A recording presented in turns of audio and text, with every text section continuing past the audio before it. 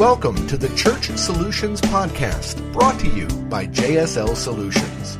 The Church Solutions Podcast is designed to help equip you and your church in the use of technology and other tools and services. And now, here are your hosts, Steve Lacey and Phil Thompson.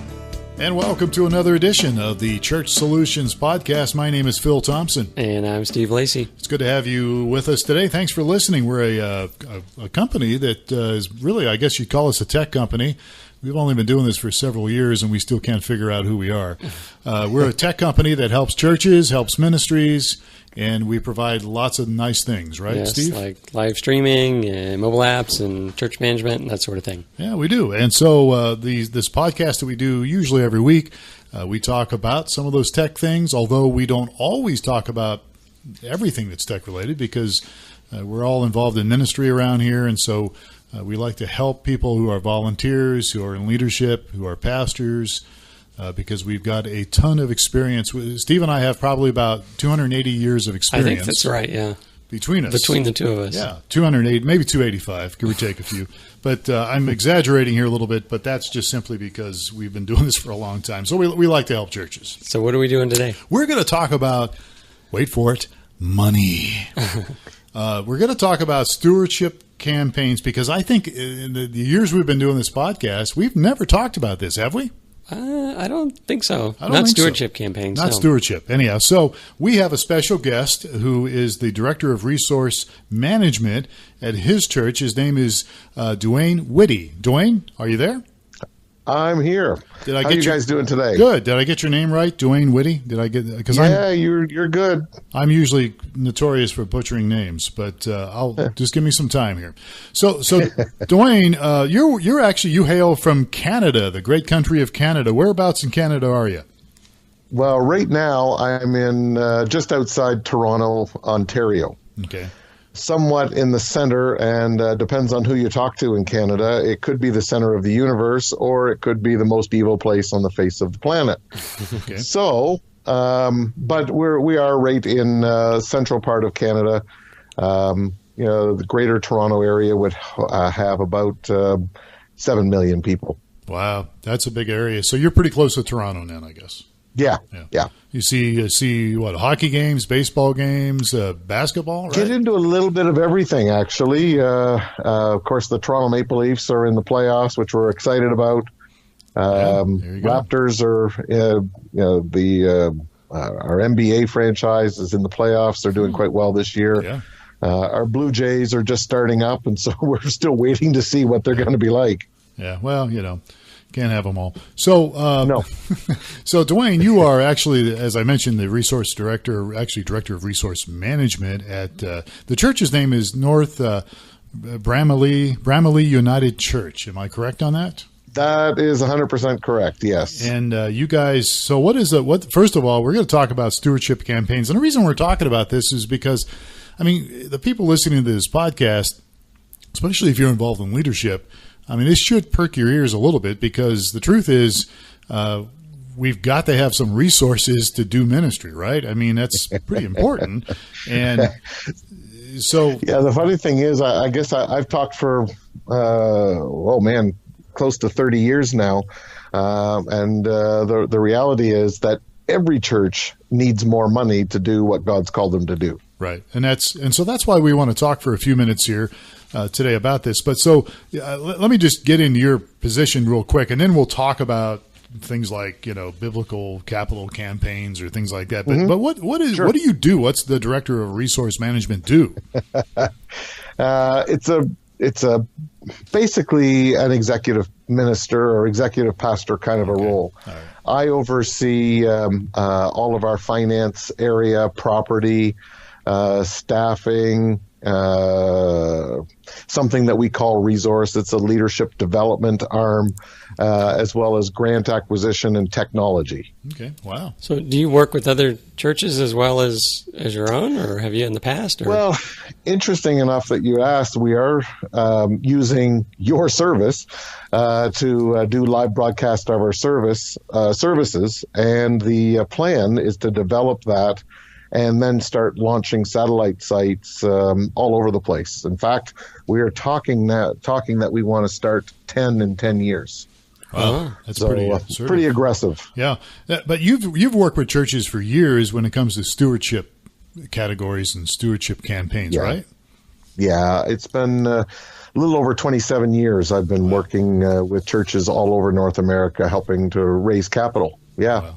All right, so let's get into it. We got a few minutes here. Sure. For those who, let's get a little definition here. What is a campaign, a capital campaign, or a stewardship campaign? I mean, what is it? What does it entail in just a brief sentence or two? Oh yeah, now there's the best challenge of the day. There you go. I would say that capital campaigns are designed to drive revenue to meet a significant vision that the church just could not do over a period of even a long period of time. We help a church raise 2 to 3 times their annual income is our average, above and beyond what they're already doing over a 3-year period. So if a church is looking to get rid of a significant debt, which is the most difficult item to raise money for, they're looking to purchase land, to build a new facility, to extend their existing facility. Some of that capital kind of a stuff. That's where we specialize. Okay. Theologically, we believe that the tithes and offering are for the ministry of the church. And when we start talking about buildings or capital projects, that becomes from the offering. That's the over and above kind of giving. Mm-hmm. So we've got a little history in this, in that we've been part of a church here in Arizona for a very long time now. Mm-hmm. And we started out, went through several phases, but we found ourselves at a point where we had no building. We were meeting in a high school, and so we started a capital campaign to get our facility and went through that, and it was very successful. And you mentioned then we got to the point where we said, well, we're in the building, the church is growing, we're doing really well, but we've got all this debt, and we don't believe in debt. So we were starting to look at a capital campaign to eradicate the debt, and the leadership of the church was kind of mixed on, how are we going to do this? Is the vision, is vision to, add a new thing to the church, but the vision of getting rid of our debt was really hard we were trying to figure out how to communicate that. So I was surprised you mentioned that you do capital campaigns to get out of debt. Yeah, they are the most difficult to do, but we've done many of them. There was a church here not too far from my office, and they were a good-sized church, about 1,000 people, but they actually experienced a bit of a church split, and so they had a $1.6 million debt. Yikes. With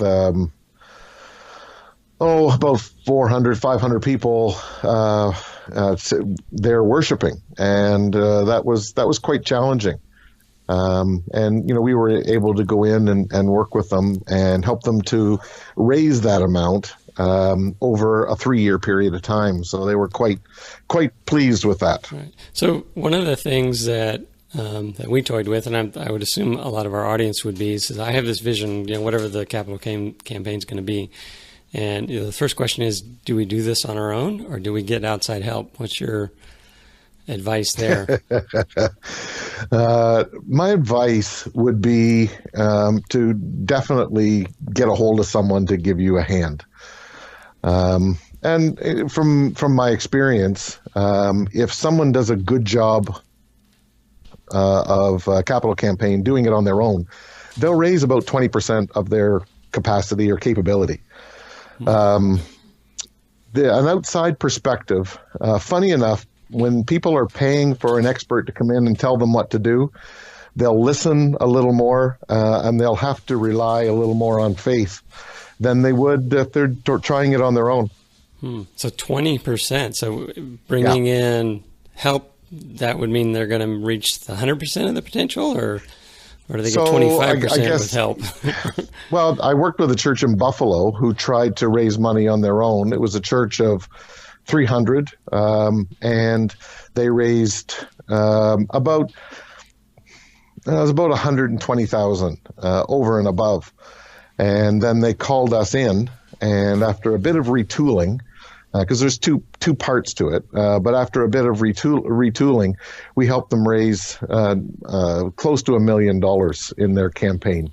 Wow, that's pretty impressive, Duane. Well, I would love to take credit for a lot of it, except the only thing that we do is go in and organize for a miracle. So when you start building on biblical principles and partnering with God, we have our responsibility, and God always takes his responsibility. And that I've always found it interesting. And in some ways, all the numbers sound great, but when you start putting the right people in the right place, capital campaigns become really easy. So I'm a pastor sitting here, listening to this podcast or driving down the road as Steve would be doing or something, and listening to this, I'm going, okay, my church really probably does need some kind of a stewardship campaign. Where do I start? What's the first 2 or 3 steps? I mean, I'm assuming you've got to communicate the vision and those kind of things. Actually, it leads into a great discussion.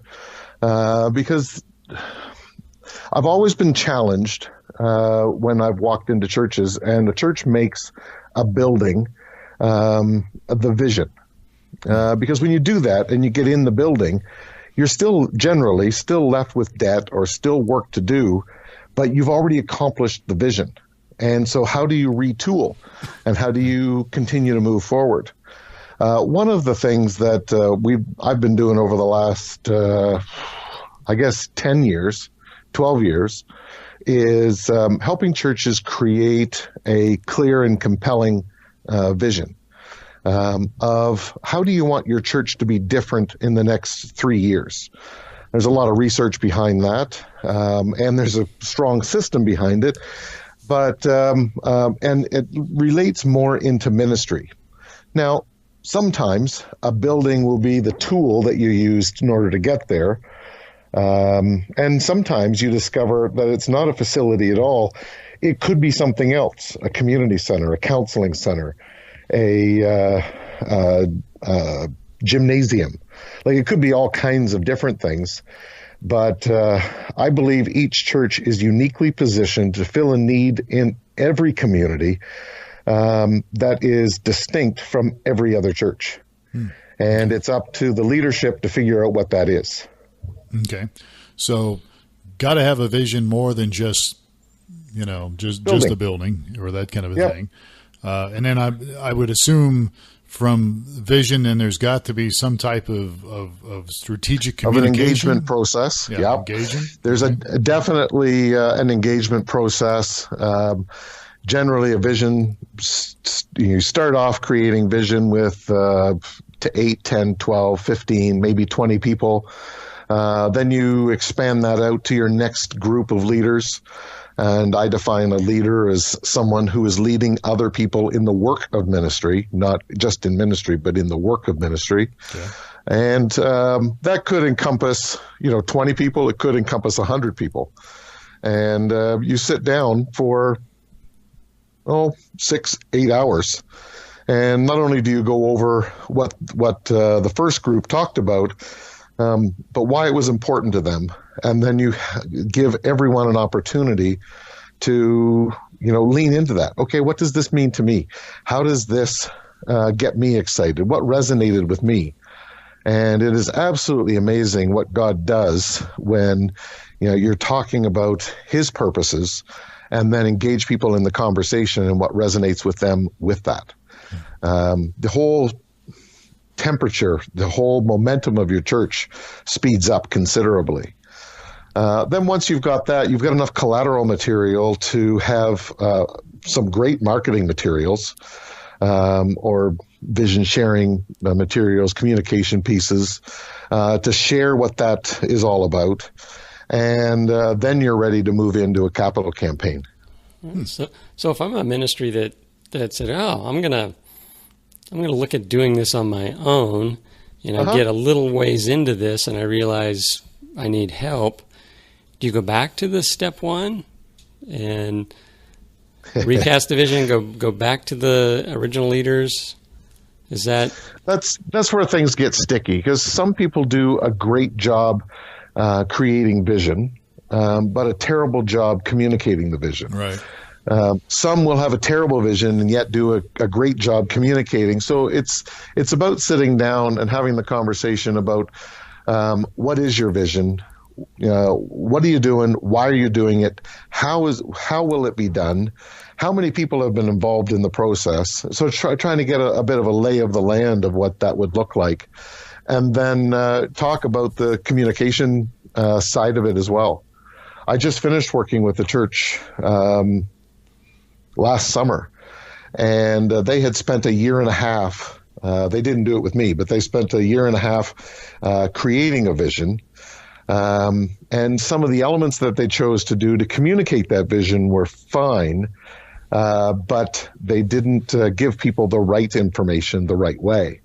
And so part of our campaign process became sharing the vision in the right way at the right times. Help me understand, what's the example of not doing it the right way? You don't have to name names or anything. But no, give us names. Give us names. Yeah. So in this particular case, they decided they needed to significantly expand their facility. The church is doing really well. The church facility was built to house 150 people, and they've got close to 300 people showing up on a Sunday. But the challenge has been they don't have the Sunday school space, the educational space, to make sure that their children are well cared for. So they shared the information, and they gave all the facts. And they made a great business case for what they were doing, but they didn't talk about stories of life change. Mm-hmm. They didn't talk about where the church started. They didn't honor the people that had gone before them and why they made the decisions to launch and build the facility to begin with. One of my observations through the years is most people will engage or most people will lead a capital campaign or any sort of vision process using great business principles or just biblical principles. So they're going to engage the head or the heart. The reality is that all our church people are all along a continuum, and we need to engage people at all levels. So it's sharing the right information the right way at the right time. So spiritually, rationally, and even emotionally, would you say emotions play into this? Definitely. Yeah. If we really think about it, all of our giving is born in our hearts, not in our head. Mm-hmm. In the last few days, we had a very significant tragedy here in Canada where a busload of hockey players, 15, 16-year-old kids, was hit. And I'll tell you, it has impacted this country like you wouldn't believe. Mm. I think the most compelling stories come out of our emotional core. Out of that, within 4 days, there was a GoFundMe project started, and there's over $7 million that's come in, only from 1,000 people. Wow. Yeah, and just within 4 days. That's incredible. So let me put my pastor's hat on here again. So all right, I'm sitting here going, you know what? Yeah, we definitely need this, but I've got a leader or two that they're just not on they think stewardship campaigns are gimmicks, or I've got a couple leaders that just are not on the same page. So if you were to come in, how does that all work? How do you get everybody on the same page?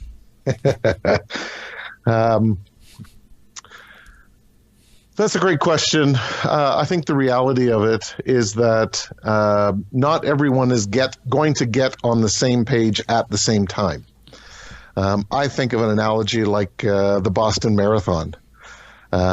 Growing a church, building a church, sharing vision is very much like a marathon. You've got a group of people at the front of the line who are all excited about what's going to happen and what's going on. The gun goes off, they're running out.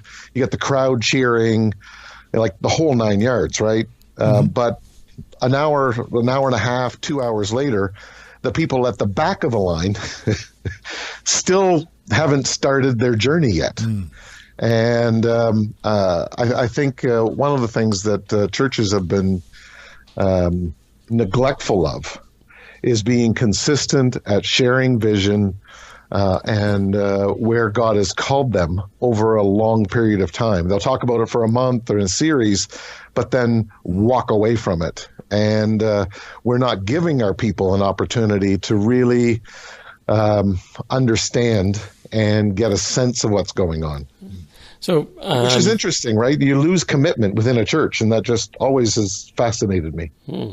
So, what's the average length of or what's a recommended length for a stewardship campaign? And do we see the church growing, or are people getting tired of the campaign? How long should the campaign last? Sure. So the actual physical time to do all the legwork or groundwork. So the time I generally work with a church is anywhere between 3 and 8 months, depending on the size of the church, depending on the complexity of what they're doing. It depends on where they are on the birth to death cycle of the church. If they're down in towards the death spiral, it's going to take longer because behaviors have changed, culture's changed. But by and large, 3 to 8 months to actually run the campaign. And then the giving period is almost always 3 years because people don't have a ton of money sitting around, so they can't give significantly in a short period of time. But over a long period of time, you can get quite a bit more done. Through the years, 60% of our work has been with churches that have done capital campaigns with us before. And so there have been churches that we have worked with over a period of 12 years. So we have done 4 consecutive 3-year giving campaigns. So you're involved 3 to 8, 12 months with the church to get things set up and rolling. And then what are the steps in the interim in year 2? Is the pastor still promoting the vision and the message, or do you come in and do you have a recipe for how to make sure that this capital campaign makes it to the finish line? Oh man, yeah, I've got a manual for everything. My current manual for the main part of the campaign, or the initial part of the campaign, is a little over 200 pages. And it goes through, and we do all of our work through the existing leaders in the church, not staff. I want to be clear about that. The staff has a role within the campaign, but the vast majority of work that gets done is done by the lay leadership. My dad was a minister. I learned early on in life that pastors come and pastors go. If a church is going to grow and be successful, it isn't as much the responsibility of the pastor as it is the responsibility of the people. Now, there is the relationship between the pastor and the people, but the power of people go an awful long way. And so the original campaign is set up using 9 directors. They will enlist team leaders. Those team leaders will enlist team members to increase ownership within the wider body of the church. And then once the campaign is, the initial stage is done, there is a new committee that's formed that's responsible for follow-up to ensure the vision stays before people, to make sure that the commitments get started, people start paying towards their commitments, and then that people stay on top of and stay current with their commitments over that 3-year period of time. And there's another whole manual to that as well. So I guess I could see where it would be a mistake on the staff or pastor's part to get too involved with the campaign, right? Or, well, don't get me wrong. They're going to be very involved. Well, I guess but their publicly involved. Yeah, like their role is a cheerleader, an encourager, a support, doing what they normally do. They preach messages, they write letters, they encourage. Yeah. It's the role of the lay people to make sure that promotion gets carried out, that every home gets a ministry visit, that a prayer vigil happens, that dinners are put on, that people are cared for through the process. It actually builds life and capacity within the church. Yeah, I've actually heard some very positive stories of people finding God through stewardship campaigns and reconnecting with people. And so it's not always, money obviously is the big part of this thing, but I've seen some other things happen that you wouldn't necessarily, think about happening. Yeah, I worked with a church in Morgantown, West Virginia, mainly university people or university kids going to the church. It was a church of about 1,100 people, and by mistake, they sent out their normal promotion piece inviting people to church right smack dab in the middle of a capital campaign when we're there talking about money. And the church grew by 200 people during the capital campaign itself. Because the reality is the campaign is far more about biblical principles and who God is than about money. We talk about money, but we put money in its proper place. Yeah, that's good. That's good. Hey, we're out of time here. But how can people get a hold of you, Duane? And we're talking with Duane Whittey here. He's the Director of Resource Management from North Brahmalia United Church in Ontario, Canada. What contact information can you give the people? Sure. People can always get a hold of me on my cell phone, 905-301-9659. They can send me an email, dwittey, WHITTEY, at NBUC, North Brahmalia United Church.ca. You can find me on Facebook. You can find me on Instagram. I'm pretty much everywhere.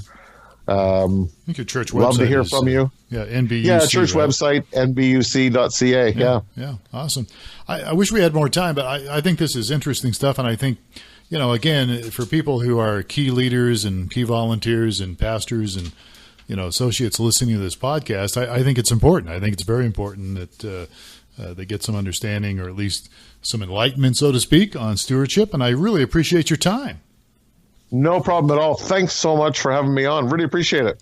Well, Duane, thank you. It's good to hear from you, and we definitely want to have you on again in the future sometime. Thanks for spending a little bit of time with us today on the podcast. Thanks a lot. Anytime at all. All right. And so we're out of time, as I just said. So Steve Lacey here across the table. I'm Phil Thompson. We'll catch you next time on another edition of the Church Solutions Podcast. Take care.